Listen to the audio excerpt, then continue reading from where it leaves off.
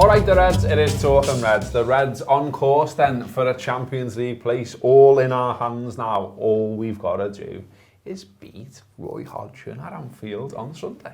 It's alright, isn't it, Josh? It was very feel good last night, I thought, after, you know, like, if you think about the madness of the season, you know, like the fact that we were top in October, top in December, 4th in January, 6th in February and 8th in March. Now here we are in May, nearly at the very end of the season, to have a Champions League spot right there. It's all right, isn't it? Yeah, it's been a really weird season, hasn't it? Like, you almost forget that it was this season in which we were top of the league and top of Christmas, because it feels like an absolute lifetime ago. It feels like ages since Liverpool had any momentum going into any sort of spell of the season, but we did at the start of the season. Obviously that was all sort of lost at the start of the new year. January and February in particular were just grim, really, weren't they, on and off the pitch. So you almost can't blame the lads on the pitch for sort of feeling some of that and taking some of that on. And it's good now that they've been able to build up a bit of consistency. Obviously, there's been the sort of odd injury here and there, like little niggling ones. Diogo Jota is obviously one who comes to mind, who's sort of been in and out of the side. But it does just feel good at the moment. It was one of those weird games last night where you feel dead nervous watching it. It probably was nervy, but I kept saying to people after, look, it was nice to watch a relatively relaxing win, because I think if you watched it back, it actually probably was. We were just doing our own heads in. Yeah, and I was all right watching it, to be honest. I mean, I just think, you know, if you've got a 5th and 6th choice centre-half pairing and you're playing against Chris Wood, then likelihood is at some point in the game, you know, he's going to get a bit of joy, he's going to get a moment, he's going to get a chance, and he got that. And, you know, there was always the sort of, you know, close your eyes a little bit when set pieces were coming in, because we know that's a strength of Burnley as well. But I was all right with it. I just thought from early on, you could see we were dominating, you could see we were controlling it, and it was just a case of whether we could take our chances. And okay, there was, I think, 7 or 8 shots before we eventually put one in the back of the net. And me and you were talking, weren't we, about this sort of thing of almost wanting to put everything in the absolute top bin. Because there must still be a psychological thing where they're like, we've now got no chances left, we've got to take this chance. And so maybe there was a bit of that. So it was nice that we scored a very Liverpool goal, I thought, in terms of, you know, it being down to Robertson pulling that cross back, Firmino being on the end of it. But that whole move was very Liverpool of old, Liverpool we love, not this weird pandemic-y Liverpool. Yeah, it's interesting on the point of them trying to sort of look for the top corners, because I remember when Alisson first came in, and it was obviously the first time Liverpool sort of spent money on a goalkeeper and having a goalkeeper of that quality. And I think they went away to a training camp in Evian, and Glenn Price, formerly Glenn from The Office, I think he tweeted something along the lines of basically saying like it was noticeable that the players were almost trying to do that to beat Alisson, because he is such a good goalkeeper. So because I was trying to think like why would they be doing that, and maybe that feeds into it, is that when you have such a good goalkeeper in training, maybe you treat the rest of the Premier League's goalkeepers like they are. But you know, Burnley had a lad who was their third or fourth choice in net last night, and it sort of just took you to hit one on target. But yeah, like you say, it's the build up to the goal which is so nice, and it felt like our build up play all night was good, and you saw the interchange and you saw the sort of link up play. And I think you're right, there's a certain amount of sort of freedom that has to come for Liverpool to play that way. And you just wonder whether like a lot of that is the stuff that's happening off the pitch. Like we are literally starting to get our freedoms and our liberties back, and the players can start to sort of probably get out and about a little bit more, and are looking towards the summer, and they'll be going away with, some of them will be going away with their countries for the Euros and stuff. So I think a lot of that will sort of feed into the mindset and just make them play a bit more freely, because they've looked shackled at times this season, and that's when we've been missing chances and spurning good chances. But last night they looked like they were sort of back to the purring machine of old, as you said. And that sort of collective feel good as well, that we can see unfolding in front of our eyes when we're watching them. I think, you know, you obviously had, you know, the biggest boost you could possibly get with a goalkeeper scoring a 95th minute winner against West Brom, against Sam Allardyce's West Brom. Nice. Losing your shit last night, lad, was absolutely brilliant. Love you gravy guzzling biff. But yeah, that was hugely feel good, and because of what Alisson had been through, because we were desperate to win, because of how and when it came. And then it felt like, you know, we continued that theme with, you know, a lovely goal from Oxlade-Chamberlain, because he's had a tough time. He's had a tough time with injury. We're not fully sure about, you know, what the situation behind the scenes has been with his fitness, because he appears to have been fit at times, and yet Klopp hasn't sort of played him into match fitness, if you know what I mean. He hasn't given him those 15, 20 minutes here and there, and I just wonder why that is. I don't know. No one's probably going to ask that at a press conference, but he's clearly had his issues. He's been unhappy. He's talked before, quite honestly, about, you know, how hard it is to recover from injuries and almost feel like you're left out. So I think for him and for everyone, that felt like another nice moment, him getting that goal. Yeah, I think it's a Liverpool team which is sort of, particularly since Klopp took over, has sort of crushed narratives that have been made about them. And obviously this season it's been much more difficult, and there's been all sorts of narratives because, I mean, we're all sort of resigned or consigned to watching the game on the telly, so we've always got the sort of pundits in our faces and the commentators, and Martin Tyler was on in his absolute pomp again last night. Bad pomp, not good pomp. No, rubbish pomp. The absolute worst pomp. But those narratives eventually, if you hear them enough and you see them enough, they start to feed in, and I feel like this season there probably has been bits of that which have fed into the fan base, and people have been questioning Oxlade-Chamberlain's future at the club. Nat Phillips obviously gets his goal as well. People are questioning his future at the club, and probably will do going into the summer, because his stock will be at its sort of highest. So there are going to be them questions time and again, but that's my favourite version of Liverpool is when, you know, they just go forget the narratives, and you see the nice parts of football, and you get to see, you know, Oxlade-Chamberlain, who's about to become a new dad, get his moment and get his goal, and it's a lovely goal as well. It's a well taken finish, like great feet from him before it as well. And it just makes you feel good about football again, and obviously like seeing the return of fans last night for Burnley. I seen James Milner throwing a bit of shade at the Burnley fans, saying it's nice to hear the boos again, because they're obviously just sort of consigned to just booing the Liverpool players. I've seen Andy Robbo giving one of them a bit as he was going over for a corner as well and stuff like that. So that's what football's all about, isn't it? It's about the sort of camaraderie with the fans, good and bad. It's about having the fans in ground, and it's about nice moments, and we had two of them yesterday with Nat Phillips and Chamberlain. Certainly did. It was a nice night for the Reds. New kit out today, Josh asked.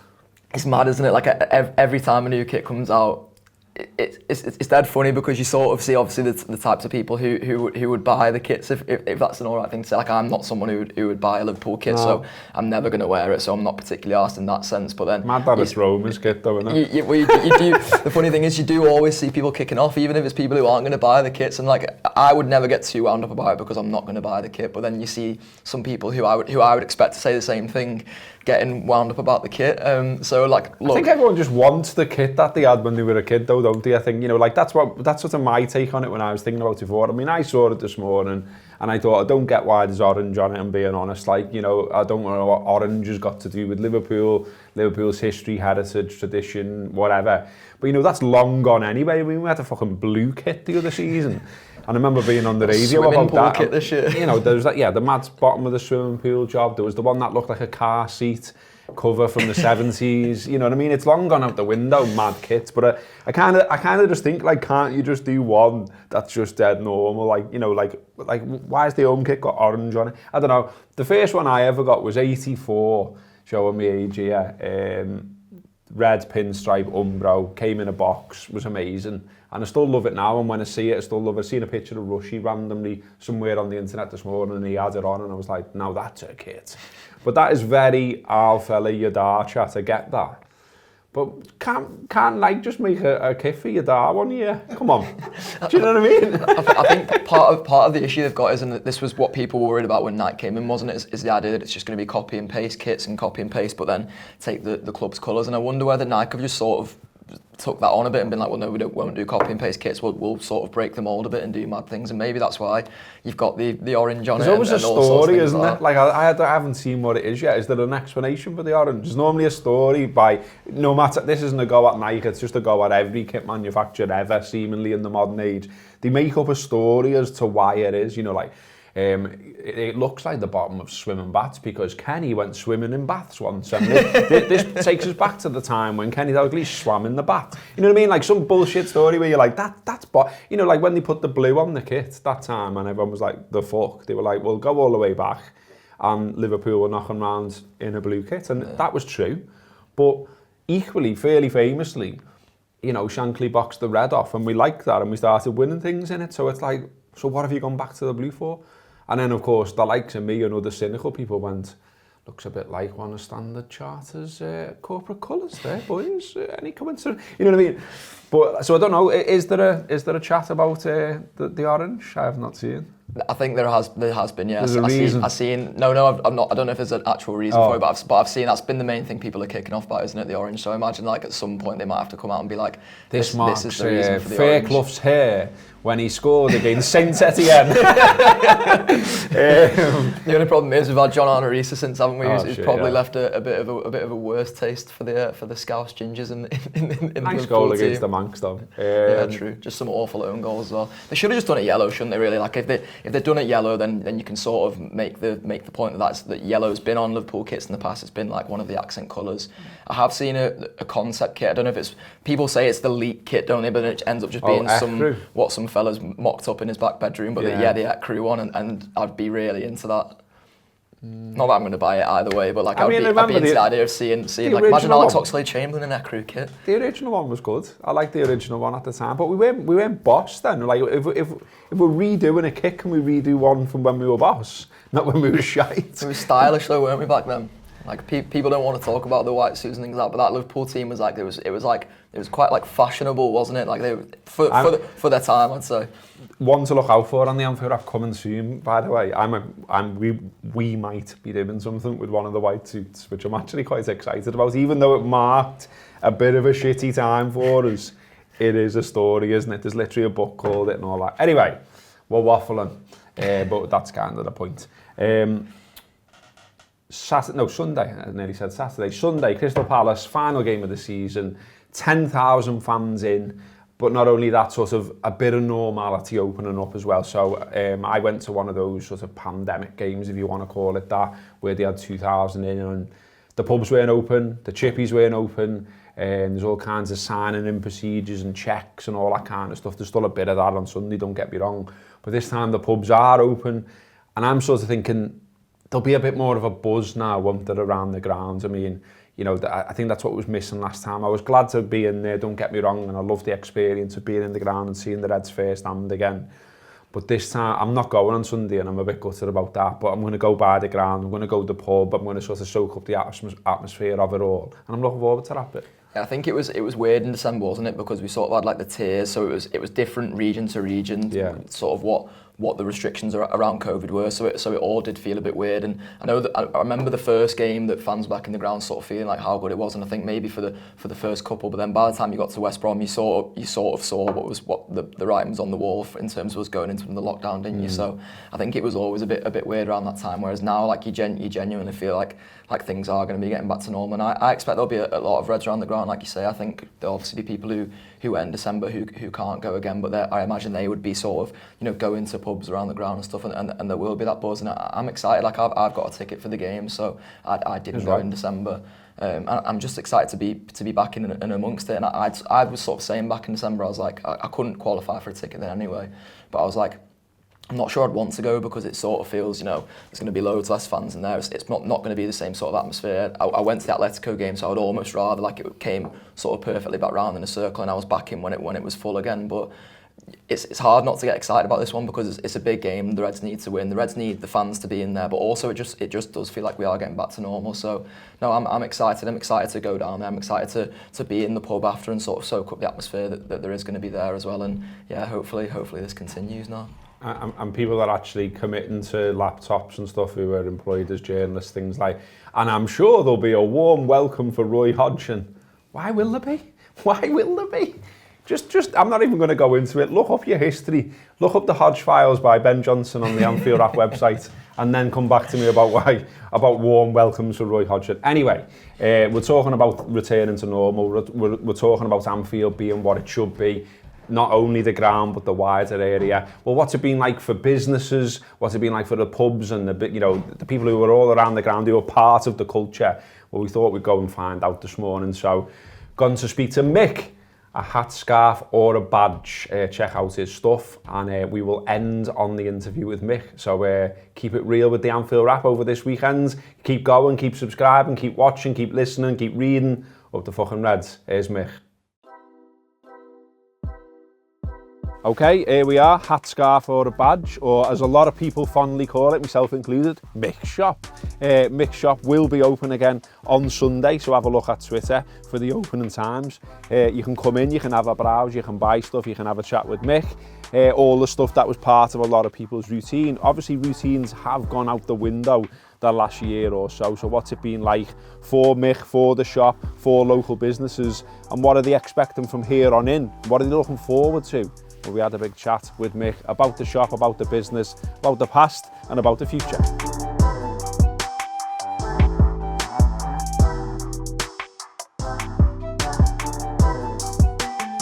Mike Dean, owner of Hat Scarf for a Badge. It started, I was in the Hillsborough shop one day and a guy come in, talking to Jerry, said he'd just been over the club shop and the t-shirts in there weren't up to much of a standard at the time, and we had the premises here and we thought we'd been thinking of doing something, and we thought we'd give it a go and see how it goes. We had a few designs, put them out, just mostly friends and family really. Lads started wearing them, going to match, and it's just grew organically really from there. We never advertised, it's just more or less word of mouth, and you know, hopefully carries on to what.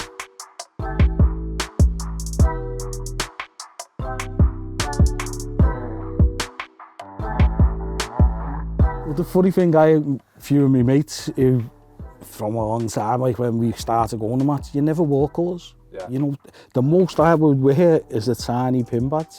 And they take the piss now and say, you know, you've got a shop selling merchandise. But I said, the stuff I tend to do, if you can go for a pint there and people mightn't get onto the fact it's a Liverpool t-shirt, or it's, and that's what I do, something that's not right in your face and yeah, a little bit different. And you know, it seems to, I just get a buzz like when I went on the Wilcox coach, which legendary coach goes everywhere, and there's 5 or 6 proper like Reds on there with t-shirts on, and you're thinking, I never thought I'd see the day where like lads like that would be wearing stuff, but it's great, I love it.